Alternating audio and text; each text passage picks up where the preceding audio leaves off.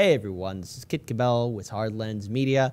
And look, I believe that Hard Lens Media should not be an echo chamber. We need to hear from different perspectives, different points of view, whether they're independents, libertarians, greens, socialists, democratic socialists. We must hear from different perspectives. I believe that we should have an open parliamentary system. And we should have multiple choices. So today joining us is an independent who's actually running for Congress in the state of Washington. For our viewers and subscribers, can you please introduce yourself, tell us what party you are affiliated with, and what congressional district you are running for? So I'm running under the Essential Workers Party ballot line. We tested a lot of different ideas for like ballot lines that were popular with voters. And this one performed very well. It was very well received by the average working class person in my district. And so I am running under the Essential Workers Party ballot line. I'm doing this with support from Socialist Alternative, from the Green Party of Washington State, and the Progressive Party of Washington State. Essentially, they are all supporting me and very friendly to my campaign, and have several of them have endorsed me. So Joshua Collins, can you please tell us what congressional district you are running in again one more time? I'm running in Washington's 10th congressional district. Okay, so I think it's important for us to actually get this perspective and point of view. So right now you're building a coalition. You have different people from different organizations or parties helping you on your campaign. So at least for right now, at least tell us about the current incumbent that's right now representing that 10th congressional district in the state of Washington. So initially, when I started this campaign, I was running as a Democrat, and it made the most sense because I was running against a very conservative incumbent Democrat. Congressman Denny Heck, he is staunchly against Medicare for all. He is against the Green New Deal and has flat out said he would never support Medicare for all. When it came to his actual actions as a congressman, he influenced our local elections by endorsing and campaigning for local Republicans. One of them, Dean Johnson, is actually running in the 10th district as a Republican right now, who had Denny Heck's endorsement in his last cycle for city council. Denny Heck decided he was dropping out.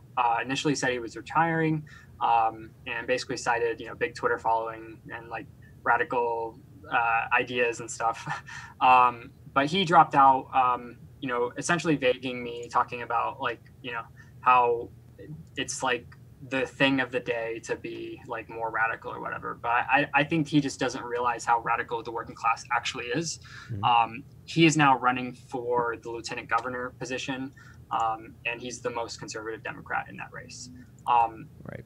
Now, in Washington State, we have a jungle primary. Jungle primary, for those who don't know, the way it works is everyone from every party is on the same ballot line, the same ballot, and you're all running against each other in the primary election. The top two vote getters from any party are the ones who advance to the general. Only two, and then you can write in or whatever, but that usually gets almost nothing. Now, we were initially running against the incumbent and had quite a bit of support within the Democratic Party. The second he dropped out, and a bunch of sitting politicians who were more progressive but not as left as I am, when they joined the race, it made it more difficult for me to consolidate support with the Democratic Party. We got we only got one Democratic Party endorsement from the Washington high school Dems. But essentially the Democratic Party was split and is supporting any one of my several opponents. We now have 8 Democrats running in this race and 8 Republicans, and I'm the only person running on the Essential Workers ballot line. There's an independent, but he's not a serious actor with no real campaign. So. All right, I think it's important for our viewers and subscribers to at least understand at least the political environment for third parties, at least, or independent parties in Washington State. Because here in Illinois, well, thankfully, the Illinois Greens and Illinois Libertarians were able to make sure that they can get on the ballot, and it's been a tremendous win, at least for us here in the state of Illinois. But in Washington State, what are some of the initial challenges for independent parties, third parties? What do they have to face in regards to getting on the ballot and making sure that their supporters, their voters will be able to vote for them? Well, to get on the ballot in Washington State, you have 2 options normally, and that is to either pay the fee which is $1 for every, I think, $100 the position pays. So in my case, it was $1,740 I was going to have to pay to get on the ballot, or collect 1,740 signatures. Obviously, the pandemic prevented us from doing that. We also didn't qualify for the exception to that. If you have no money, essentially, you can you get your ballot fee waived, right? And normally that is in place of signatures, but in this cycle, our governor actually did decide to waive that for people who can't collect signatures during this time. Now we ended up having to pay $1,740. It's the ballot filing fee. All of our opponents also paid that, so it's not completely unusual. It's actually the typical way people get on the ballot in Washington State. But rarely ever does anyone actually collect signatures because it's very difficult. Especially if you don't have actual volunteer support. We do, but of course the pandemic put a stop to that when we were about halfway through.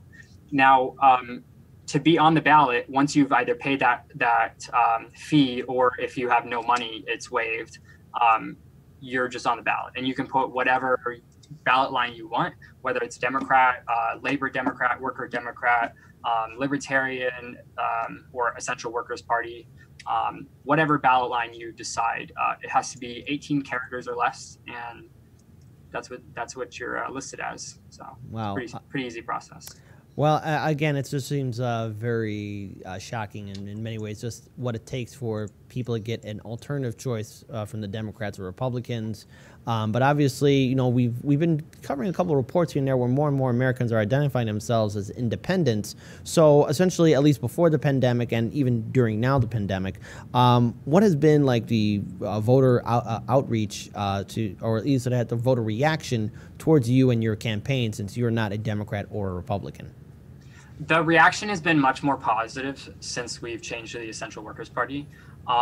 Running as a Democrat, I was essentially competing with the other Democrats for the Democrat vote and struggling to convince people that like independents and even maybe some more right-leaning Republicans who care about working class issues, you know, we couldn't really convince them. Running in our third-party ballot line, we've actually had a pretty good reception between both independents and Republican voters, just because of the nature of the Essential Workers Party ballot line and me being an essential worker as a truck driver.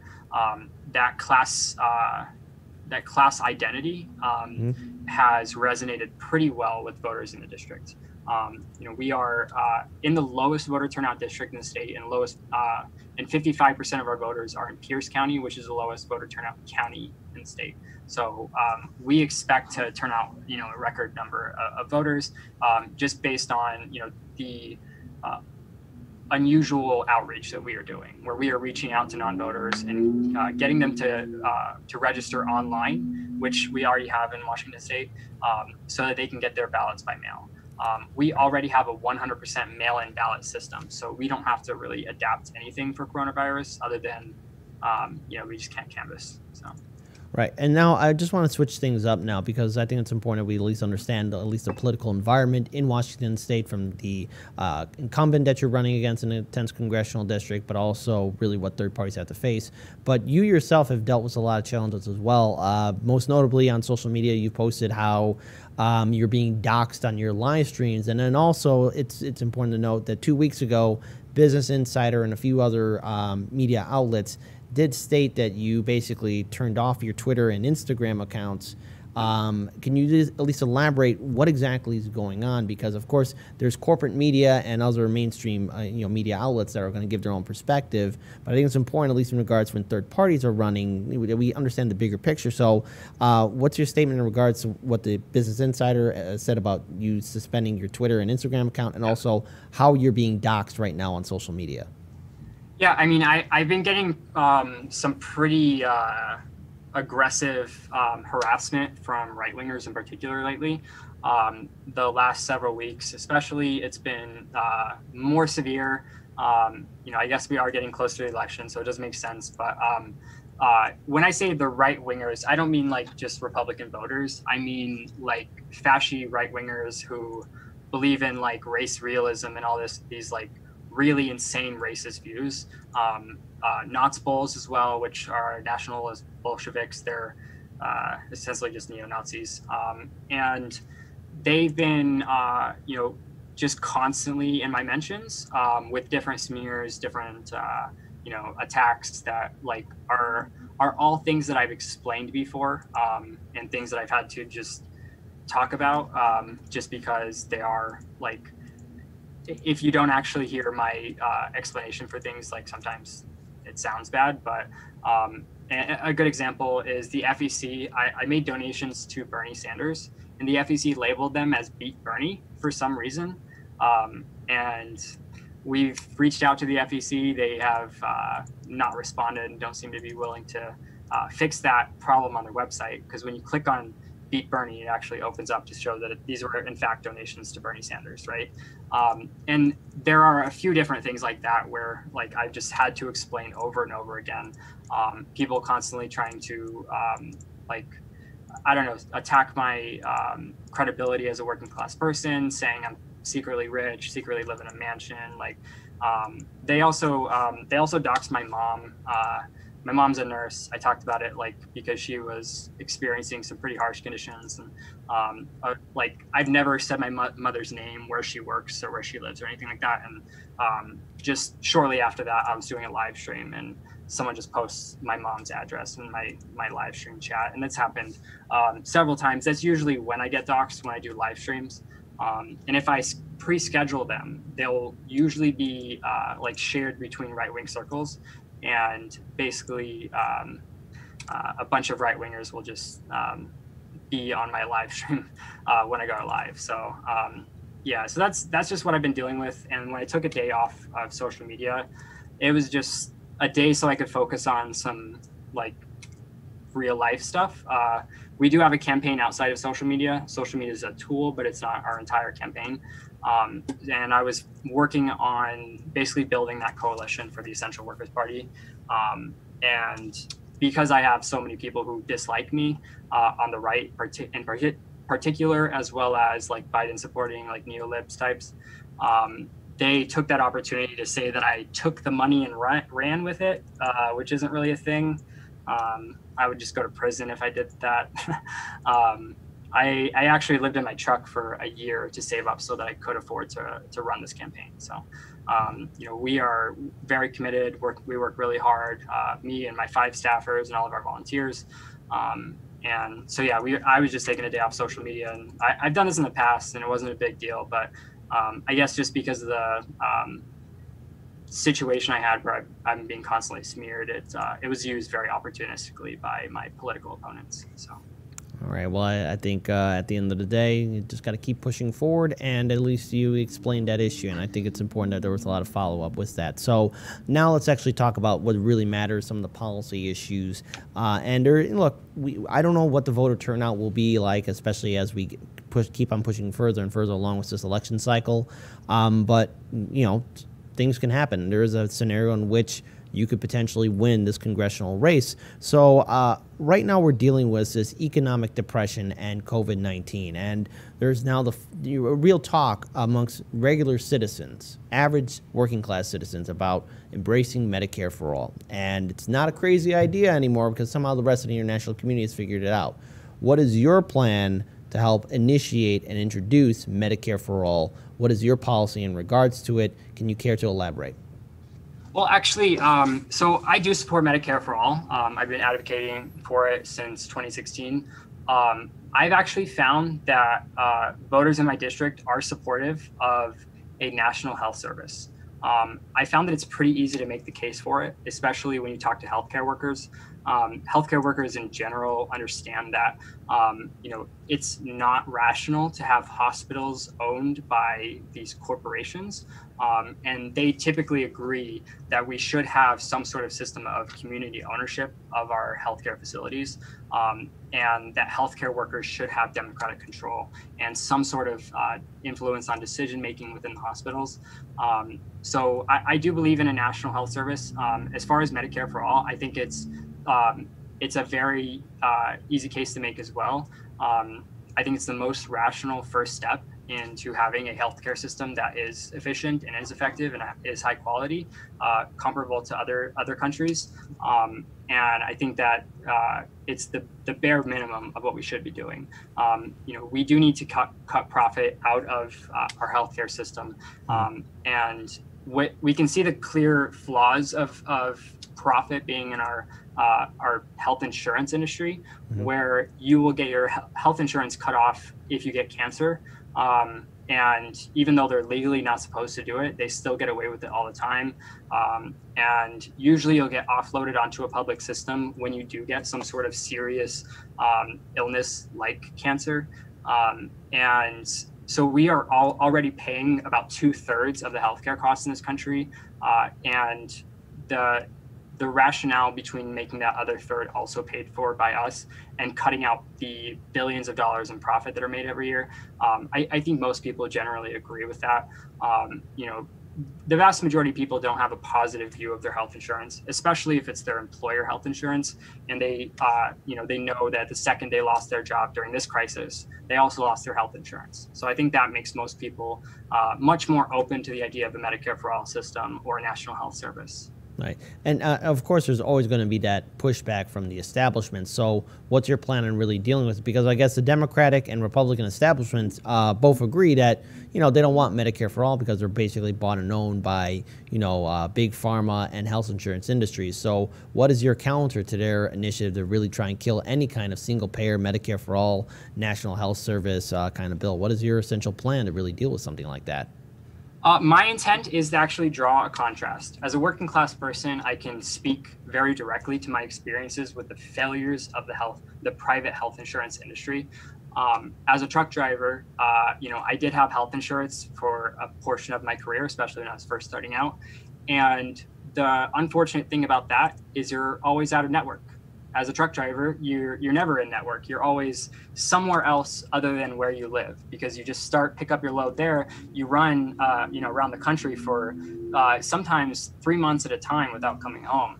And, if you have any sort of health problems, or if you just need to have regular, doctor visits, you just can't. You can't do it without paying just ungodly amounts of money.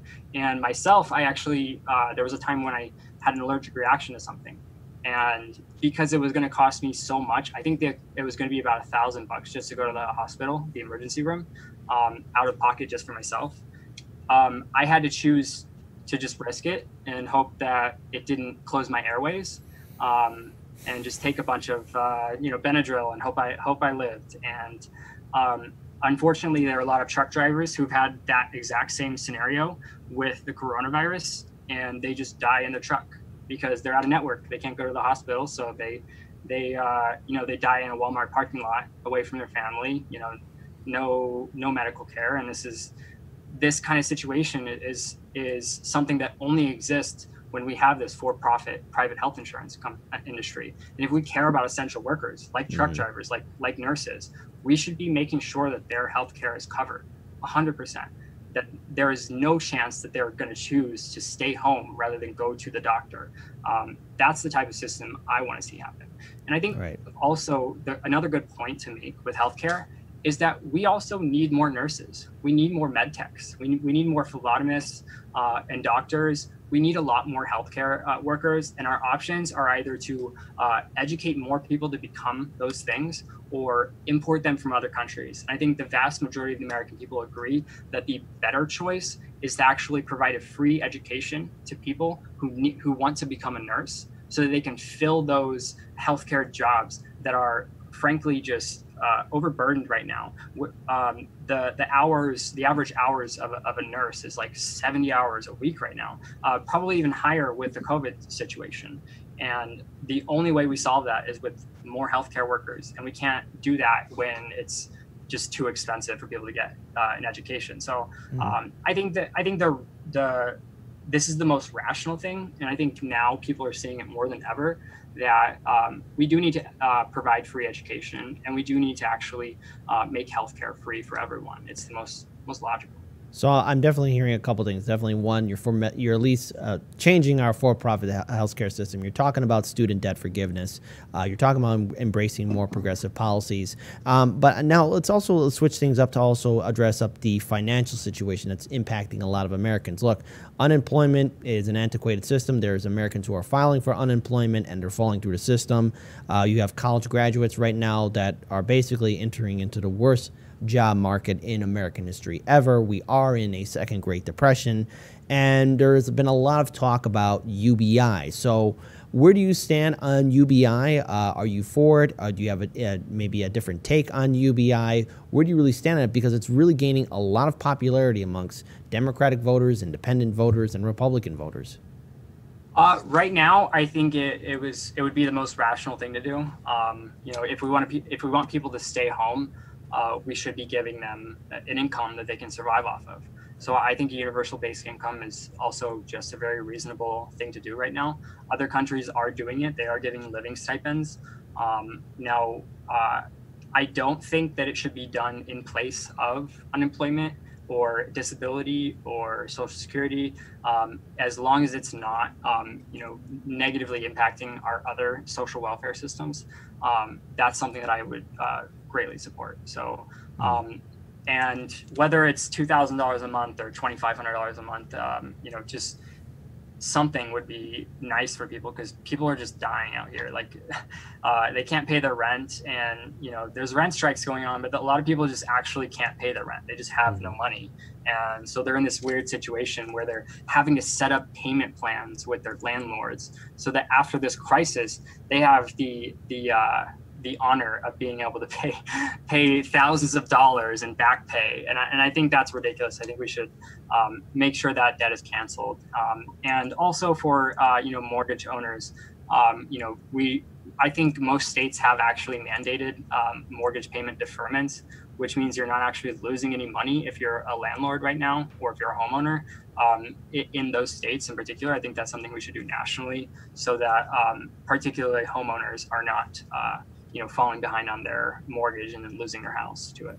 All right, so before we get to our final question, just one more question in regards to election integrity. Of course, for the state of Washington, I think it's important for our viewers and subscribers to know what day this election will take place. And two, what are some of your concerns about election integrity, at least for your state, so that at least when your voters vote for you, you make sure that their votes are accounted for? Because when Illinois had its primary, even for the presidential race, well, a lot of our sources were telling us that votes basically disappeared like that. What is your plan to really dealing with that? Well, Washington State actually has one of the best election systems in the country. And I don't take that lightly. I mean it very, very seriously. You can register online. All you have to do is go to vote.wa.gov. You register to vote, and you can check your registration anytime. You do not have to be registered with any party to vote with any party. So there's no party affiliation for voters in the state. Now, the other thing is that we have a 100% mail-in ballot system. If you register to vote anytime before the last day of the election, you will get a ballot in the mail. And all you have to do is fill out that ballot, sign it, and put it in a drop box or in a mailbox. And they will be returned.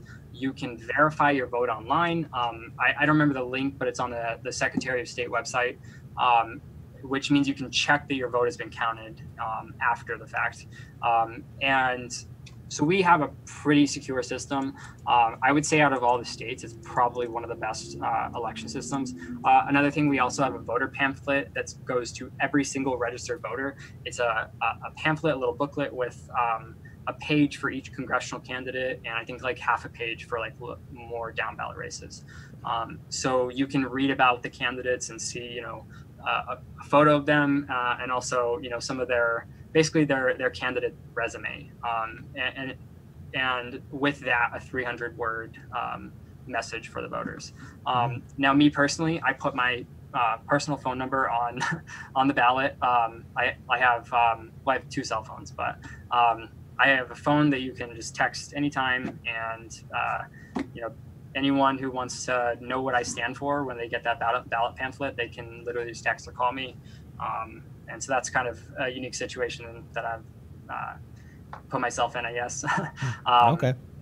Yeah. So, but yeah, our system's really good. I think that we should model the rest of the country more towards how Seattle's system is. They actually have a democracy voucher system where you get $100 like certificate that you can give to any candidate of your choice, and they can cash that in for real money to spend on their campaign. So it's an actually publicly financed election system. And I think that that's the type of thing that we should do around the country. You know, it's no secret that the wealthy have an outsized influence on our election system, to say the least. I think that we should do a tax on the very wealthy, and you know, give people those candidate vouchers so they can donate to the candidate they support on the local, state, county, and federal level. All right. And then final question for our viewers and subscribers. Where can they learn more about you, find you online on social media so they can help out your campaign? And again, one more time, when does the election take place for your congressional run? Yeah, our vote starts on July 17th. It ends on August 4th. So you have an 18-day window to turn in your ballot. Now, if you want to learn more about me, you can go to joshua2020.com. You can also check out the Essential Workers Party at essentialworkersparty.org. My social media is Joshua4 Congress on all platforms. So if you want to see what I tweet about, and I am the one running all my social media accounts. We do not have a paid staff or volunteer or anything managing my social media. So if you do message me on those accounts, it's me answering. If you have questions, you can actually just send me a direct message and I'll respond. So. All right, that's a good note to end it on. Joshua Collins, he's running for the 10th Congressional District in the state of Washington. Again, let us all step up and do what we can to build a better future. We should have a true parliamentary system, independents, whether they're green, libertarian, socialist, or non-affiliate. We should all actually have choices in regards to how we run our elections. And I want to thank Joshua Collins for joining us. And with that being said, I also want to give a special shout out to my co-hosts, Jose and Daniel, who were joining us. Special shout out to Gunnar, who was manning the board. Shout out to Kate, who was also moderating the live stream chat. And thank you to all of our subscribers and Patreon supporters. You're helping us build this channel up. We cannot thank you enough. If you want to help out Heartlands Media, please consider being a Patreon supporter. That link is in the description box below. We're only asking for a $1 donation so we can maintain our studio, update our equipment, and also work on future projects. We cannot thank you guys enough for what you are doing. We understand times are tough, so if you can't become a Patreon supporter, just be sure to like, comment, share, and subscribe. We'll see you guys tomorrow at 6 p.m. Eastern Standard Time. Peace to you guys, and let us all do what we can to build a better future.